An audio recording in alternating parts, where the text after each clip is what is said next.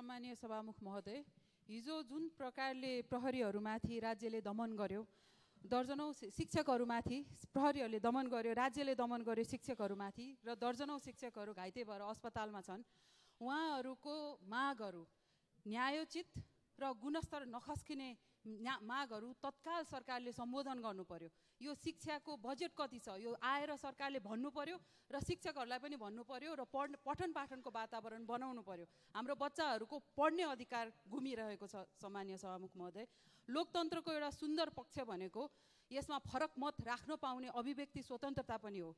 तर जुन प्रकारले यो राज्य अधिनायकवादतर्फ हिँडिरहेको हो कि जस्तो भान हुने किसिमले गइरहेछ, यो टिरेनी अफ मेजोरिटी अर्थात् यो बहुमतको यो अत्याचारको तर्फ त सरकार गइरहेको छैन। यसमा म गम्भीर ध्यान आकर्षण गराउन चाहन्छु र शिक्षक साथीहरूलाई पनि भन्न चाहन्छु, तपाईहरू जबसम्म नेपाली जनता मात्रै भएर बस्नुहुन्छ, यो राजनीतिक दल सदन सबैको मालिक बनेर बस्नु सक्नुहुन्छ।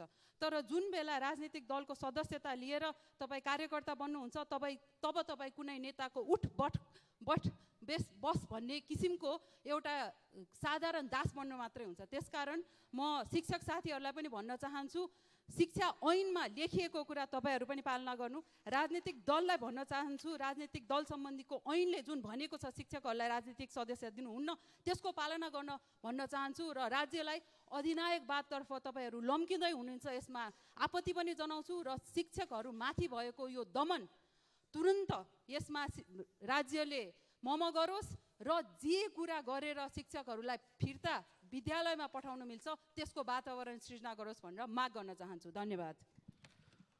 माननीय सदस्य